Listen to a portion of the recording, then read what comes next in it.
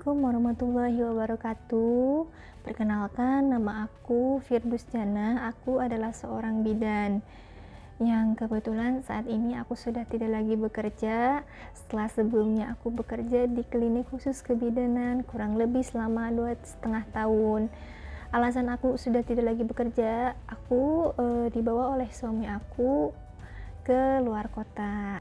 Nah, oleh sebab itu, aku termotivasi untuk membuat konten ini yang akan membahas mungkin video-video mengenai masalah kebidanan yang semata-mata aku hanya ingin berbagi ilmu, sharing, atau misalkan mendengarkan cerita-cerita dari kalian yang kedepannya mungkin aku akan terus mengembangkan potensi yang aku miliki agar konten-konten yang aku buat itu bisa menjadi lebih baik. Nah, di video kali ini aku mau membahas mengenai keracunan makanan pada saat kehamilan. Sebelum itu, aku mau membahas nih mengenai pengertian keracunan makanan itu apa. Jadi, keracunan makanan itu adalah kondisi di mana kita mengalami mual, muntah, ataupun diare pada saat kita mengkonsumsi makanan yang telah terkontaminasi. Lalu pasti kalian bertanya-tanya, makanan yang terkontaminasi itu apa aja sih? Tanpa kita sadari biasanya kita memakan makanan yang terkontaminasi. Contoh, kita memasak telur yang dimasak tidak matang.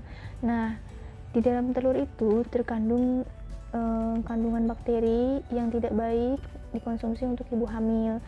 Kemudian contoh lain, kita memakan daging-dagingan setengah matang, itu pun tidak baik untuk dikonsumsi ibu hamil. Lalu makan makanan yang kita makan secara tidak higienis itu dalam artian kita tidak tahu cara memasaknya seperti apa, cara penyajiannya seperti apa. Lalu apa sih ciri lain yang ditimbulkan dari keracunan makanan selain yang aku sebutkan seperti mual, muntah? Itu biasanya disertai dengan sakit kepala, kemudian kram perut, diare yang melebihi 5 kali dalam sehari, bahkan kontraksi rahim. Nah, kebanyakan ibu hamil itu tidak menyadari bahwa dirinya itu sedang mengalami keracunan makanan dari makanan yang dikonsumsinya.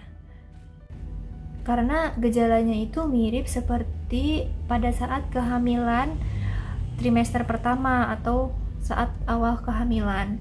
Itu kan kita mengalami pusing, mual, muntah. Nah, misalkan kasus ini dialami oleh para ibu-ibu hamil yang sedang hamil muda.